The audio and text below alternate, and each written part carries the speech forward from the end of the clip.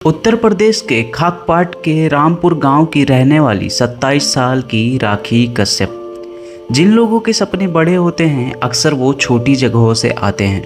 राखी Kashyap KHR international Khanpur से degree ली थी। अभी उनकी पढ़ाई चल ही रही थी, उसके बीच में उन्हें मॉडलिंग का भी शौक होता है। लखनऊ में फैशन मॉडलिंग शोज़ में भी हिस्सा लेती थी। अपने लाइफस्टाइल को एज अ ब्लॉग, रील्स और पोस्ट के जरिए लोगों तक पहुंचाया करती थी।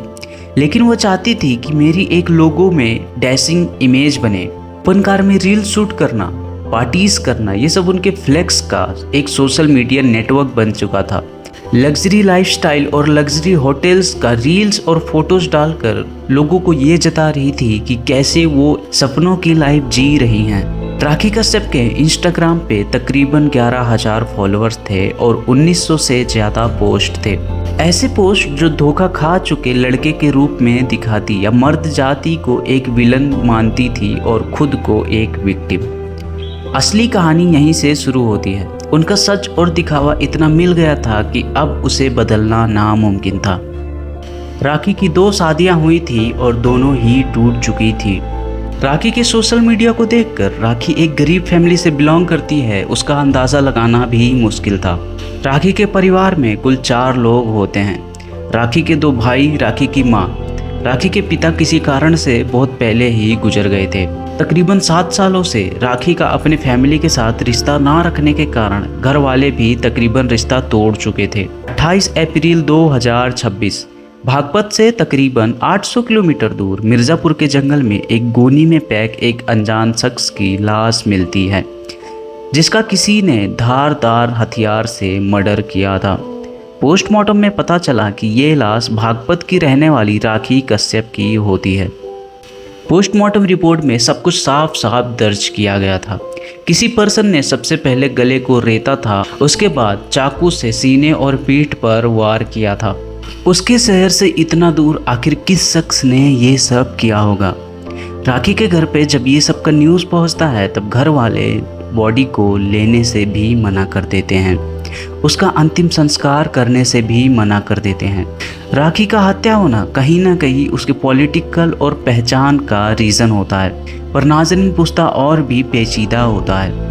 तकरीबन राखी की हत्या से 10 दिन पहले मतलब 18 अप्रैल 2026 में एक और लाश मिलती है, बडगांव के सहारनपुर में एक लड़के की।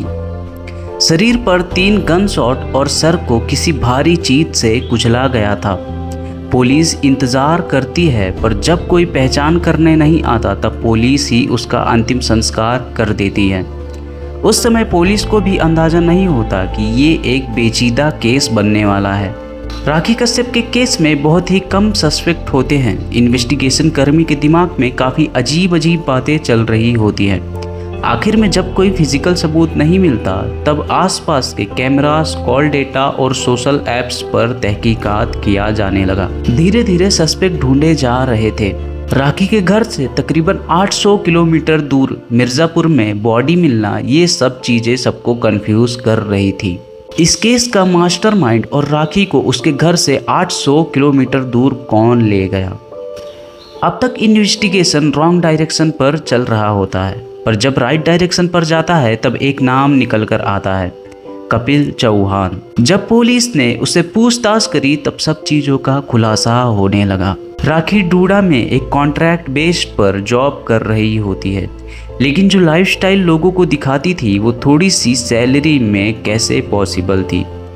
दरअसल राखी काफ़ी चालाक होती है।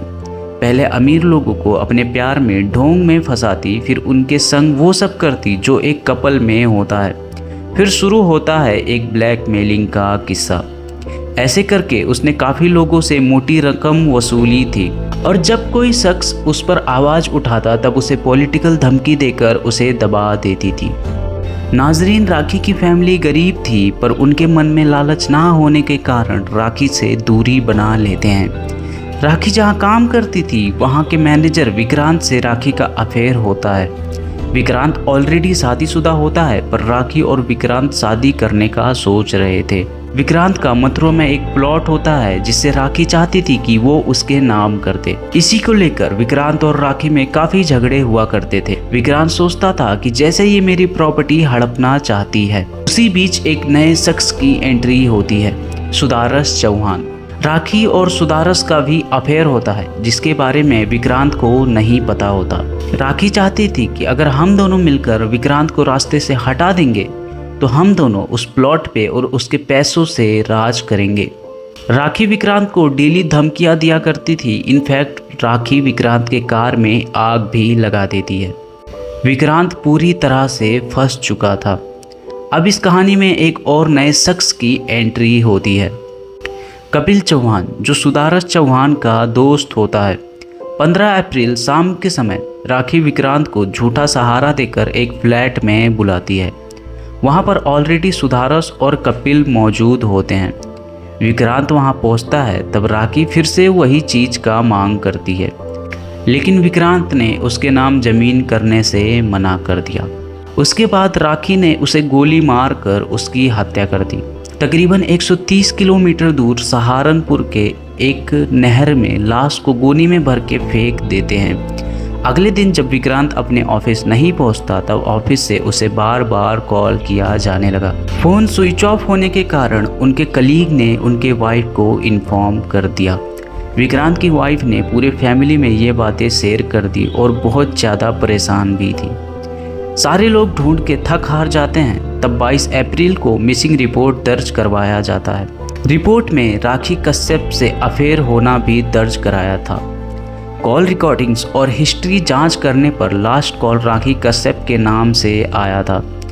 राखी कश्यप को सवाल जवाब के लिए बुलाया जाता है। ये बातें जब सुदर्श और कपिल को पता चलता है तब उनके अंदर पकड़े जाने का डर सताने लगता है। उसी शाम कपिल राखी को पार्टी के बहाने अपने फार्म हाउस पर बुलाता है। जो राखी के संग आगे होने वाला था उसका उसे थोड़ा भी इल्म नहीं होता। पहले तीनों शराब पीते हैं पर सुदर्श और कपिल बस ढोंग करते हैं शराब पीने का।